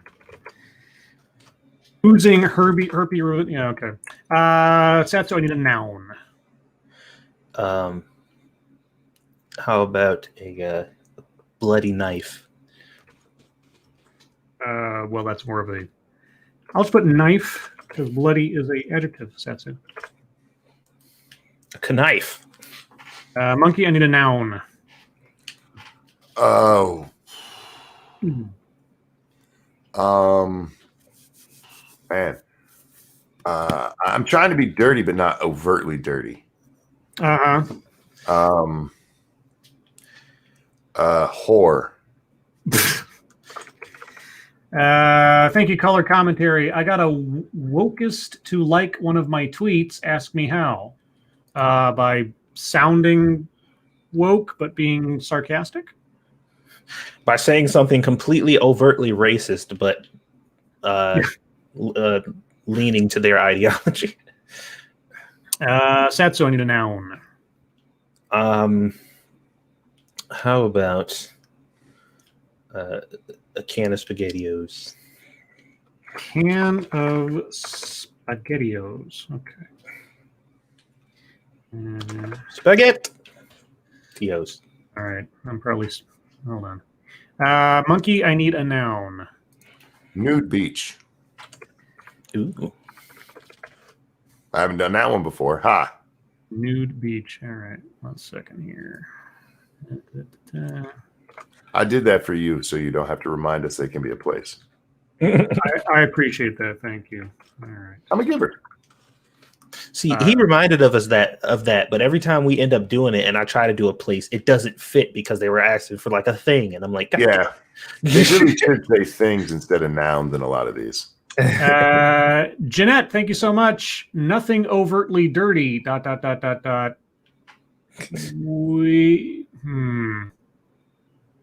What? Okay, I'm just dense. What's being implied there? Well, because he said nothing overtly dirty, and then he said whore. Right. Okay, I see. All right, I wasn't sure. I wasn't sure some other word was being transmitted to me there. Okay, thank you, Jeanette. Okay, Satsu, I need a number. How about 38? Oh wow. Okay. Monkey, I need a part of the body. Ovary. And Satsu, I need a part of the body. Pinky toe. Pinky toe. All right, now we get into the chat suggestions. So I need plural nouns. Scrolling up for plural nouns. I see a lot of verbs. Okay, scrolling up a bit more. All right. Plural noun. Fuzzy slippers, says Kenley. I'm just going to say slippers because don't need an adjective. Let's see. Keeverdam says vulvas. All right. Another plural noun. Chicago Mike says nipple rings. Oh boy. And one more plural noun. Let's see. Ken Lee says rose thorns. Okay, sure. Every rose has its thorn. All right, and then we need a verb, just a regular old verb, scrolling up a bit. Verb. Who's got verb for me? Verb's the word. The verb is the word. Those are the ing ones. Somebody with a verb. That's just a singular verb. I see a lot of verbs ending in ing. I don't see any verbs. I see beers and pizzas. Veers? Beers. B-E-E-R. Oh, beer. Is beers a verb? With an S on the end. Oh, you said a plural. What are we doing? I need a verb. I thought you said plural. No, I'm done with the plural nouns. Now I need a verb. Just a regular flat verb. I swear to God, you just said you were looking for plural. No, I'm looking for a verb. Disembowel, says Moonshock. Okay. Now I need a verb ending in ing, and then we will be done. Jack Gunsky says fluffing. Why not? You gave a lot of them to the audience tonight. Well, like I said, there were 4 different plural nouns and then a verb and a verb ending in ing. So I just needed plural nouns and it filled up a whole bunch of spots for different people.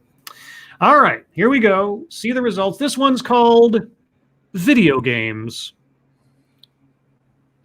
The movie. Are we done? No. I love to disembowel video games. I like how he stopped. I can play them day and night. My mom and whore are not too happy with my fluffing so much time in front of the television can of SpaghettiOs. Sounds about right. Although Dad believes that these juicy games help children develop hand-ovary coordination and improve their learning slippers, he also seems to think they have herpes-ridden side effects on one's pinky toe. Wow. Wow. Both of my vulvas think this is due to a unclogged use of violence in the majority of the nipple rings. Finally, we all arrived at an oozing compromise. After dinner, I can play 38 hours of video games, provided I help clear the nude beach and wash the rose thorns. Wow. I like the day and knife. That worked out way too well. I like the both of my vulvas. Damn. Yeah. All right. Well, guys, that was the Mad Lib you helped create. You did it, not us. Yeah, well, mostly. Okay, so We'll set that aside. Uh-oh. What? Uh-oh. I was just reading some. Apple launches major new racial equality and justice initiative projects to challenge systematic racism and racial inequality or inequity nationwide. They put $100 million into this. So. Wow. And what exactly does that mean? That means there's about to be a whole bunch of diversity hires pretty soon. Oh, shit. Oh, that'll be interesting. $100 million, you say? Uh-huh. You got a link to that? You can zap me? I'm curious. Yeah. I'm going to just walk in there like, as you can see, yes, I am well melanated. Give me a job. Well, also, all you have to do is hold up your Twitter account and say, see, hashtag, what'd you say today? Openly black. Openly black. Yeah, that's right. See, it's like, hey, I've come out. I've admitted it. Here I am. All right. Well, guys, we're at the bottom of the hour, and thus it's your time. Question time. If you have comments, concerns, complaints, conspiracy theories, any questions as well, put them in the chat now. If you have questions for us directly, please put plenty of chat marks after those. If you have statements for us to consider, please put plenty of statement marks after those so we can tell that they're for us and not just you talking amongst yourselves, which we do appreciate, but it makes it easier to spot. Now, unlike Satsu, I don't mind statements. I might not read them all, but I don't mind them. Oh, God. You guys see what AOC and the squad are doing on Twitter now? No. Oh, God, no. What? Ilhan Omar, I didn't give any capital tours to anyone last week. And then Alexandria Ocasio-Cortez, I could say with 100% confidence that I also did not give any capital tours to anyone last week. Any Republicans out there want to join us for answering this question? So now women. Giving a tour of the Capitol is now a indication of guilt. Well, did you see that some of the people who were involved in the riot were also on a tour just before all of that? Oh, they were casing the joint, and the Republicans were assisting them. Is that it? Yeah, basically. Okay. Thank you, Officer Buck. Palos and the Sandcastle Pokemon. Each of its grains of sand has its own will. Palosand, small Pokemon, and siphons away their vital essence while they're still alive. Oh, shit. First off, that sounds like if The Thing from John Carpenter's The Thing was a Pokemon. And I'm also curious, where did that come from? Did we talk about Pokemon and I missed it? I don't know. You can kill that Pokemon. It was last stream we were talking about if you actually paid attention to the Pokedex and what it said about Pokemon. Right. It is supremely dangerous to send kids out on. I see. Okay. Motto Winter. Oh, lords, would y'all try some motherfucking cashew chicken?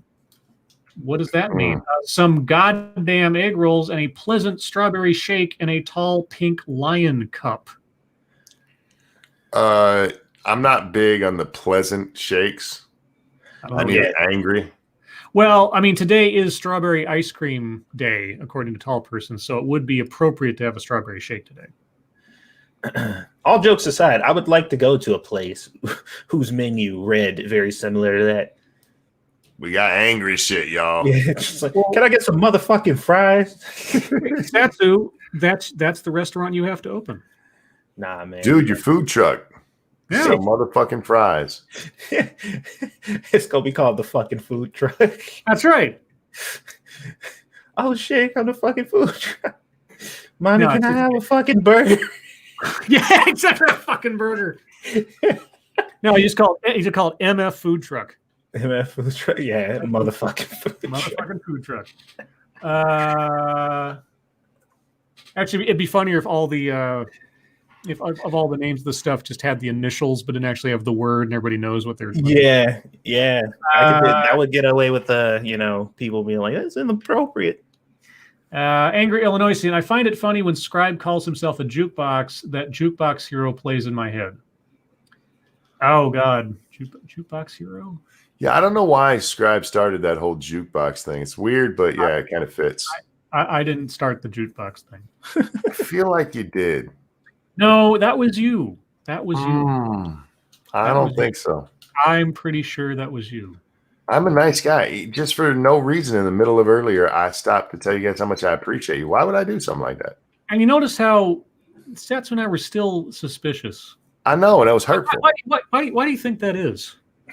I don't fucking know. Because we can't necessarily tell your motives from niceness sometimes. Dude. But see, I'm nice. That's the point. Monkey, you just gave me an idea for another item on the menu. Uh-oh. Like, what can I get you? I don't fucking know. And I just bring them that item on the menu because there's a literal item on the menu called I don't fucking know. So, like, if you ask your girlfriend what she wants and she don't tell you, you can get her there. You know what? That should be the alternate name for just today's special, like whatever it is. It is like, I don't fucking know. Here it is. Yeah, here's today's special. Dude, I'm writing this down. Hold on. Yeah, no, seriously. This is great. This is great. The MF If food nothing truck. else, you should do a skit, man. Yeah. Yeah, there you go. Gotta write this down. This is too good to forget. Yeah, you feel squishy coming up to the counter, and it's like, hey, what can I get you? I don't fucking know. Here you go. And then you point to the menu. Good choice. And then you put it for like whatever the soup of the day or something, whatever the hell it was. Yeah. Yeah. I just want a writing credit. That's all. Mr. No, Lords of the Night, did you get your $600 yet? I honestly don't know. I gotta look. I don't know. Yeah, we got ours like the day after Pat got his. I think I don't know. I'd have to check. Yeah, it's so weird that people who like went and filed their taxes normally, unless you didn't get like if you got direct deposit, you filed your taxes or whatever, there is no reason why you shouldn't have gotten your check. Like it doesn't make any sense unless you owe child support or some weird shit. No. Dr. Keeve, what small change greatly improves a person's appearance? Napalm. Haircut. Yeah, haircut can dramatically change your appearance. Okay. Red Dirt Runner, Lord's powers are able to walk on water, but can never take a bath in water or drink it. Must drink Royal Cola or Mr. Pibb. Okay, but what are we bathing in? Take a bath in water or yeah. So any liquid other than water, I can bathe in. Boy, that's a I bad. want to be French. No, I'm okay. Yeah, no, it's now. I say no. Aren't most liquids comprised of some water? Yeah, most. Yeah, do. but as long as you. Oh, can I bathe in like Kool-Aid? Ew. Because I'm about to say soapy water is. It's technically not just water. So. Willett Forge, Scribe Light, did you know that Willett Forge will be streaming Watching Paint Dry Acrylic Paint on Porcelain Tile tomorrow starting at 5 Eastern? No, I didn't. But now I do. And knowing is half the battle. Willett Forge. That reminds me. I'll be doing the game stream tonight. Yeah, And then y'all ain't going to see my fat ass till I get some sleep. that's probably a wise idea. Yeah. Don't look for Monkey in the Morning till tomorrow or a game stream till tomorrow. Pyrus Creed wasn't here earlier. Did you talk about CNN joining the insurrection last week? The lady that they listed off as a CNN employee isn't actually a CNN employee, is what I've been told. Somebody said that she was, but she's not actually. Now, if that's not true, okay. But there was some official denial or something from CNN that that lady has ever been employed by CNN. So we don't know that bitch. Yeah. Now, again, if they're lying or there's some sort of tangential thing to it, but was she there on behalf of CNN would be the only question I'd have. I mean, if she ever worked for CNN, that's one thing. But was she there like as a representative or as a paid employee of CNN for that instance? That's my only question. Well, the fact that she knew that dude stated that there was some coordinated effort to have a bunch of people. Oh yeah. In there, either instigating or recording or whatever the hell it is they were supposed to be doing. And yeah, most of the people I know did the predictable thing, and because these people were very, very vocal last week, talk about, these people kill me with this bullshit that there was anybody that wasn't a Trump supporter there. I can't believe they're trying to blame this on somebody. I mean, like every day, just article after article. Soon as this shit came out, like they're just like, wow, pizza's good. I'm just like, what happened? What happened? You ain't got nothing else to say about this? No, what happened? Did something happen? Wow, I didn't hear about it. I bet you didn't, motherfucker. Mr. No, what was the first Mad Lib you did pre-Lawton? The first Mad Lib? Well, back probably when Mad Libs were the thing you bought on a paper book or something. I don't know. I was probably like 6. I remember my first one. We were moving from Chicago to Virginia. Yeah. And we stopped by a truck stop, and they had this giant book of them. And when I say giant, not just thick, it was about the size of a coloring book, top to bottom, and probably about an inch thick. Damn. And we went through all of them. It's how we spent half the ride up there. Yeah, I do remember that we did. I do remember doing it at one point on a car ride, but other than that, yeah, in my mind's eye, it's just one of those Mad Lib books with the googly-eyed characters they have on the front of the covers of those actual ones. Oh yeah, and that's but I must have been. I'm guessing somewhere in the neighborhood of 9 to 11, somewhere in there. If I had a first one, might have been earlier. I can't tell you. And what was it? I couldn't tell you. And then chat jumped. Thank you, Officer Buck. Haunter the gas Pokemon. Quote, its tongue is made of gas. If licked, its victim starts shaking constantly until death eventually comes, unquote. Damn. Maybe there should be a YouTube playlist called Pokemon Are Evil instead of Zach Morris's trash. Look, I'm liking this trend of donations coming in the form of Pokemon descriptions. Yeah, no shit. I'm down with this. I'm feeling it. Let's see. Tack Alpaca, do you know who MJ Morgan is a Wizard is from Twitter? And if so, do you enjoy her tweets? I recognize the name. I don't know anything else about her. I used to follow her. She's a little bit too self-involved sometimes, so I could not. I just had to stop following her because, no, I'm good. Is she a YouTuber or something? No, she's just this really skinny, kind of cute chick over there. Okay. Red Dirt Runner Lords, do you think gladiator sports should come back? Not just the death fights, but all of it. Boat battles, battle recreation, and fight till surrender or knockout, unquote. Should they come back? I don't care if they do. Yeah, I don't. I mean, I prefer that there aren't actual competitions that look forward to someone dying. But, I mean, if versions of those came back in some fashion, sure, I guess. If that's what people want to do with their life, that's up to them. Thank you again, Officer Buck. Phantump the Stump Pokemon. After a lost child perished in the forest, their spirit possessed a tree stump, causing the spirit's rebirth as this Pokemon. That's grim. Yeah, there's quite a few Pokemon that are actually like literal manifestations of dead children. That's, well, yeah, I mean, probably a lot of folklore around that kind of thing. Mata Winter, Scribe, did you ogle Ophelia ovaries opulent olive flesh orbs? Who to the what now? Did you, Scribbles? Ophelia Ovaries is okay. My question is there a character actually named Ophelia Ovaries somewhere? Probably not. Because if so, I don't know what I'm referring to there at that point. It's like it could be like some weird anime or something. Let's see. Pyrus Creed, would replacing Monkey and Satsu with Grand Monkey and Squeetus be better or worse for your blood pressure, Scribe? It would go be ahead. better. Have you ever heard him with kids? Oh yeah, no, it'd be entertaining as all hell. I'd have It fun doing that. saddens me that Scribbles doesn't have kids yet because he's so good with them and likes them so much. Yeah, I miss when my previous girlfriend who had two daughters. I was like the closest I ever got to feeling like paternal at all, and I always thought that it was one of those things where I contemplated like would I want to be a father just in general, and I've been asked multiple times with different people like do you want kids? Do you want kids? And it's always my answer has always been I don't want kids just for the sake of having kids. I'd have to be with someone who I trust to raise children with first and foremost. Mm-hmm.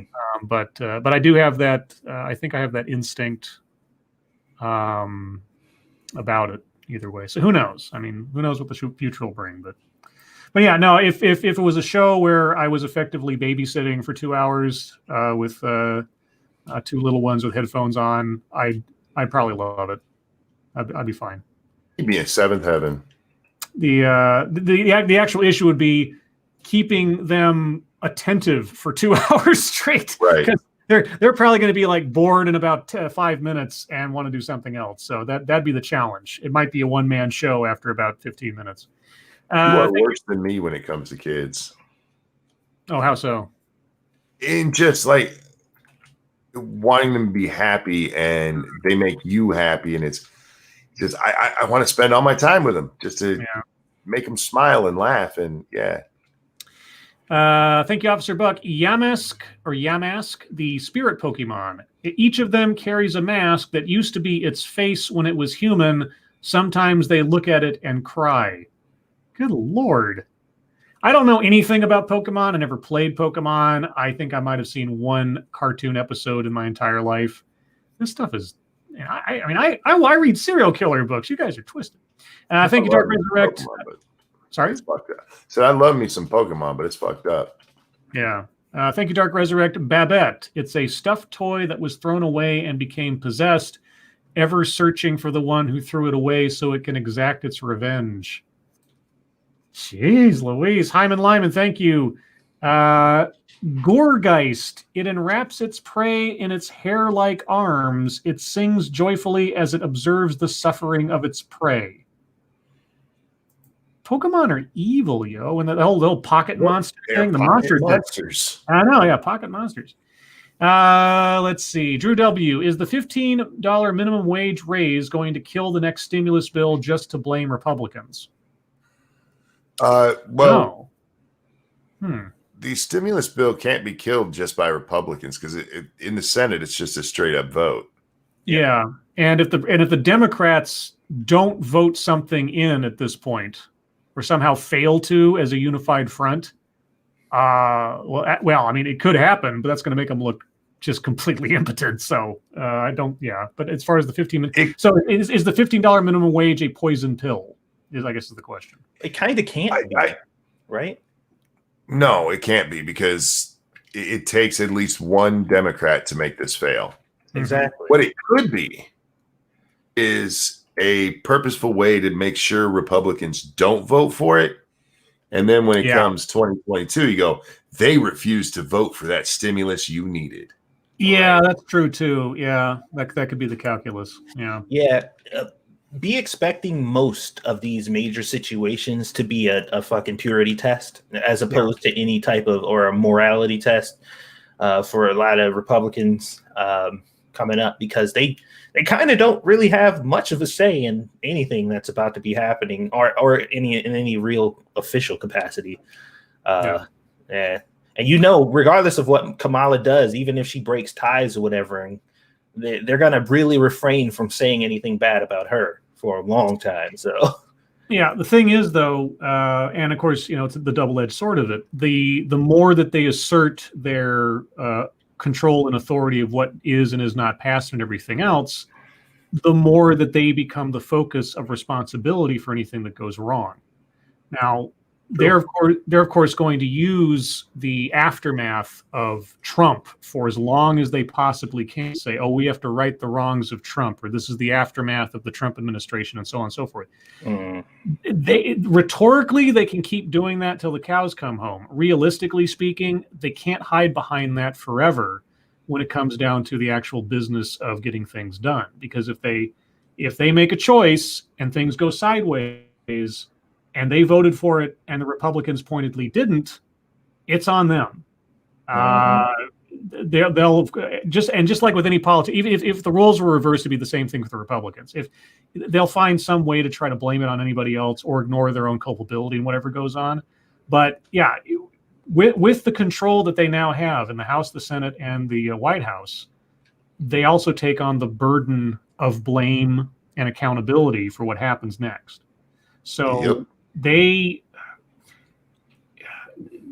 walk a very fine line here between getting things done, but also having nowhere to hide if it goes wrong. So we'll see how things go, and I'll also be curious to see but when things go wrong in some way, shape, or form. I can't say what exactly. It'll be interesting to see how they decide to dodge and weave the issue when they can't say this is the Republicans' fault. Well, at least they can't say it without making everybody laugh at them. Thank you, Dark Resurrect. Frostlass, the soul of a woman lost on a snowy mountain, possessed an icicle, becoming this Pokemon. The food it most relishes is the souls of men. These sound like the plots for like Japanese horror films, don't they? I'm actually regretting pushing this idea on your night. Hyman Lyman, thank you so much. Glalie has the ability to freely control ice. For example, it can instantly freeze its foe solid. After immobilizing its foe in ice, this Pokemon enjoys eating it alive in a leisurely fashion. I believe it's Glalie, by the way. Oh, Glalie? I apologize. I think so. Okay, Glalie. All right. And thank you again, Officer Buck. Sorry? You messed up the name of that horrible Pokemon. My apologies to Glalie. Please do not freeze me and eat me in a leisurely fashion. Thank you, Officer Buck. Litwick the Candle. While shining a light and pretending to be a guide, it leeches off the life force of any who follow it. So sort of like a vampiric lanternfish. Okay. P-Dog Knight's in the chat. Hey, P-Dog Knight. Hi, gang. Greetings from Colorado. Just visiting and forgot about mountain time. Well, hello, Colorado. How you doing, P-Dog? You be safe on your trip, man. Yep. Be safe. Have fun. Ken Lee. Oh, Lords. Is this questions or super chats? Yes. Sure. Thank you, Officer Buck. Beware the strong arm Pokemon. This Pokemon has the habit of hugging its companions. Many trainers have left this world after their spines were squashed by its hug. Dear Lord. Okay, are these some of these? I'm just like, wait, is that real? Yeah, I was about to say, is this like a lore test for somebody here to see if this is actually true? You're just like giving us horror, like you're looking up like ancient folklore monsters and just like calling them Pokemon. Let's see. Mata Winter says, Scribe Light, Ophelia Ovaries is a stripper name. Is there actually a stripper named Ophelia Ovaries? That's disturbing. How why would you have that particular? Okay. So as to the earlier question, I can't say that I have looked at her orbs because I don't know that I've ever come across Ophelia Ovaries. So I guess the answer is no. Dom O'Leary, Lords of the Night, if you had to end war, I'm guessing totally, for the price of kissing Nancy Pelosi on the downstairs lips, or $3.6 million in cash, I'm guessing $1 million in cash, for sniffing a hobo's asshole for a solid 56 seconds.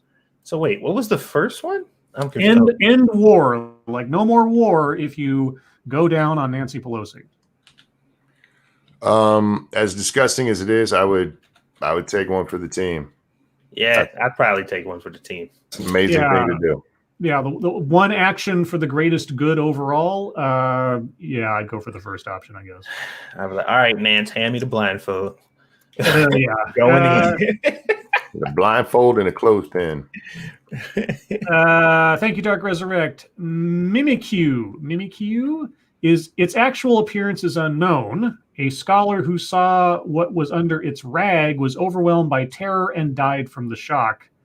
My last one. Okay, well, thank you, Dark Resurrect. I'm learning way too much about the dark underbelly of Pokemon in this stream, but I appreciate the education either way. Let's see. Check your logic. No blindfold. We have to do this legitimately if we want to end all wars. Oh, God. Ugh, yuck. You know what? To end all war, I mean, yeah, it would be nasty. I would even make munching sounds if she wanted. How you like that, bitch? Drew W. Didn't the Dems blame Republicans for the Obamacare failure when none of the GOP voted for it or could stop it? Yeah, there was a lot of that too. Yeah, the fact that Obama couldn't get his agenda done with a House and Senate on his side was pretty embarrassing. But at the same time, enough people were just like, for whatever reason, this goes too far, or this isn't good, and it was a messy time. I remember a lot of what was that guy's name? There was one particular Democrat that had name recognition for about a week because he became like the linchpin to a whole bunch of stuff. It started with a B. Oh, I forget what it was, but anyway, I remember it was like these figures you'd never heard of before suddenly became like the major figure in the healthcare debate because their decision could, do this, that, and the other. It was just. There were a couple, and I forget their names because there was a guy and there was a girl, and they were basically Ben Nelson. Ben Nelson. Yes, that's Ben what. Nelson. Healer owned healers is Ben Nelson. That's what it was. Ben Nelson.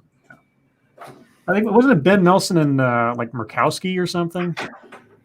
I don't want to. Or so, it was someone like I don't know, or it was Colin. I don't know. It was somebody like in the middle that. I forget who it was, but yeah, they got a fat deal for their state over that shit. Yeah, I think it was Ben Nelson. That got some big leverage out of it. Both of them did. Oh yeah. They basically bought him off in a backroom deal. Yeah. Let's see, Mr. No. When will COVID end? When there's herd immunity. That's about January 20th, right after he says, "So help me God." Yeah. Data Westland, remember Alan Grayson? Oh yeah, I was a big fan of Alan Grayson for a brief amount of time. I thought he was really entertaining on the House floor. He was really interesting. There was supposed to be a documentary about him called, I think it was called like Street Fighting Man or something like that.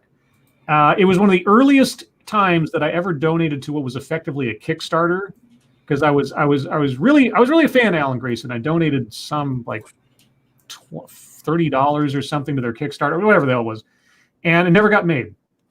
They never made the documentary. It was the first time that I ever donated to something that didn't get made. Wouldn't be the last time, but it was one of the first times. The other one was the Mandate, which was a video game, a sci-fi spaceship fighting game or strategy game or something. I think I first heard about it from Angry Joe. And I thought it looked really cool, and I liked all the art, and I liked all the things they promised with it. But it was one of those big, huge Kickstarter boondoggles that didn't go anywhere, and I think I lost $40 on the deal. So, let's see, Mr. No, Scribe, thoughts on the Onision documentary? Which one? There's been like a zillion. No, there's an actual documentary coming out. On Netflix? I think it is. Oh, really? Yeah. Oh God! Like a real one done up. The last one, actually, the ones I guess I should watch. I watched was you ever see the YouTuber The Right Opinion? Maybe. Yeah, he does these really long form sort of documentaries on internet drama or internet figures. Sometimes figures that aren't specifically internet, but oftentimes internet figures. And he did this giant, like 3-part, 3.5 hour or something deal on Onision and all this stuff. And I found out way more than I ever knew about I never paid attention to the guy at all. But I needed something to listen to while I was working at the office the last couple of days because I was stuck there with no internet at home at least. And I listened to that stuff and I was just like, holy cats. What a nutbag. Dark Resurrect Scribe, I'm still waiting for Star Citizen. You and a million other people.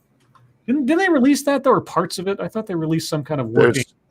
There's parts of it. Yeah, some working build. Yeah, like either early alpha or early beta. I forget what it was. Yeah, I remember. I remember my friends, like 6 or 7 years ago now. They were so excited for Star Citizen. I wonder if they're still excited for Star Citizen. There's people who put tens of thousands of dollars into that. I know. Oh, I know. Yeah, pre-ordering things and buying custom ships and skins and this, that, and the other. And man, I mean, I'll be curious to find out in the end if it doesn't turn out to be like the video game equivalent of Theranos. Just something that just never comes to fruition. We'll see. Anyway, guys, we're at the top of the hour and thus the end of the show. Wow, this is. And at least for half of it, I don't know if she still is, but at least for half of it, Sister Scribe was listening. So thank you all for your well wishes to her. Hope she's doing well tonight. I'll be seeing her tomorrow when we go and hang out for a little bit. After this guy's over. I forgot to ask you, how tall is she? Well, she's shorter than I am, so I'll say 5'8". Somewhere between 5'6" and 5'8", I'll say. I was just asking. No reason. That make you feel better? I was feeling just fine. Okay. I appreciate you checking. As I was about to say, after this guy's over on 2 Cents Plus, you can find Ranting Monkey and Satsu 2 Cents playing 7 Days to Die with their super duper bass. Super duper bass. Super duper bass. Where Satsu will set up a special counter to serve I don't fucking care. Also, tomorrow at noon Pacific time, 3 p.m. Eastern, you can find me doing a TED Excellence on equity in justice. Or something like that. Equity in the legal system. Something like that. I just saw equity and legal system or whatever, and I thought, I can't, or it was something like equity. We need equity, not equality, in the justice system. Like, excuse me? You said what now? That's what kind of caught my attention. So we'll look at that tomorrow. Also, remember tomorrow night, per usual, will be on Monkey's channel for the next episode of Lords of the Night at 6 p.m. Pacific, 9 p.m. Eastern, for another round of news and fun. Satsu, can people find you anywhere else tomorrow aside from Lords of the Night? Probably not. Still got some back end work to do for my transition switchover, so just be looking out for the normal streams and the normal stuff. All right, and Monkey is going to be starring in Going to Bed after the game stream tonight. But if not, keep an eye on his Twitter. He may be doing a Monkey in the Morning of Insomnia. Yeah, and don't forget, guys, got the new Twitch channel. That is twitch.tv/Ranting Monkey, no space. I got to add that to the regular description thing. But regardless, guys, follow us all on Twitter. Our addresses are in the description, as well as our YouTube channels as well. But all that being said, everyone, thank you again for joining us. You guys are the best audience in the world. Moderators, thank you for keeping an eye on things. Even though everyone is so well behaved, you have very little to do, thankfully. Everyone who donated and educated us all on the insidious nature of Pokemon, as well as all the rest of you. Thank you so much for your generosity. I really, really do appreciate it, especially in this particular period of history and with the uncertainty of everything. It's very nice to know you guys are so very generous. I'll be sure to pay it forward as best I can. Anything else, guys, before we go? He's not internet depressed. See? That's how you do it, guys. No. Say bye, Squishy. Hi, Squish. Hi, Monkey Squishy. says hi, and Scribe says hi. Hi, Squishy. What up? Oh, ask her about, you should talk to her about the MF food truck. I am. We're gonna talk about that. All right. You should film that conversation. That'd be a fun video. All right, everyone. Again, thank you for joining us. Monkey, Satsu, thank you for joining me as always.